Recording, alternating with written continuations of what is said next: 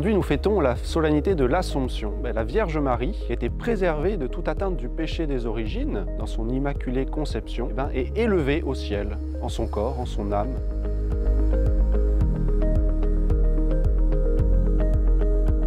En fait, il ne faut pas confondre à la fois l'Ascension et l'Assomption.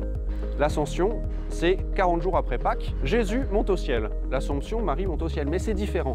On n'a pas les mêmes fêtes. Ça vient, ascension, du latin ascendere, ascenseur, c'est-à-dire, on comprend bien, s'élever.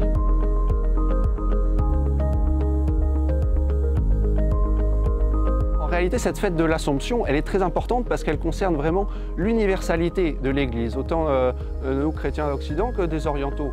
Voilà, tout le monde croit en cette Assomption de Marie. Alors on dit dans l'Église, ce que l'on croit, on le prie, et inversement, lex orandi, lex credendi. L'Assomption de la Vierge Marie, elle a été définie dogmatiquement par le pape Pie XII en 1950. Et en fait, qu'est-ce qui a débouché à cette définition dogmatique? C'est une pétition.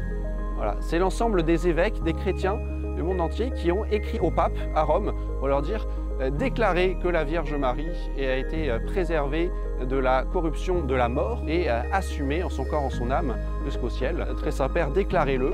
Ensuite, le pape, avec l'accord de beaucoup d'évêques, a déclaré voilà, solennellement l'Assomption de la Vierge Marie.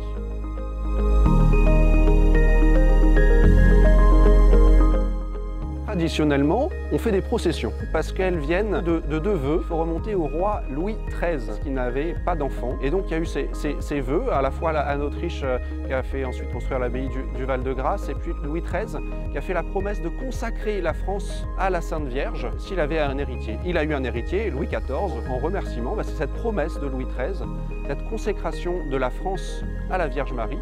Et le 15 août est devenu la fête nationale. Ça a une place importante et on faisait cette procession voilà, traditionnellement du 15 août. Évidemment aussi, c'est une fête d'obligation, donc il faut aller à la messe.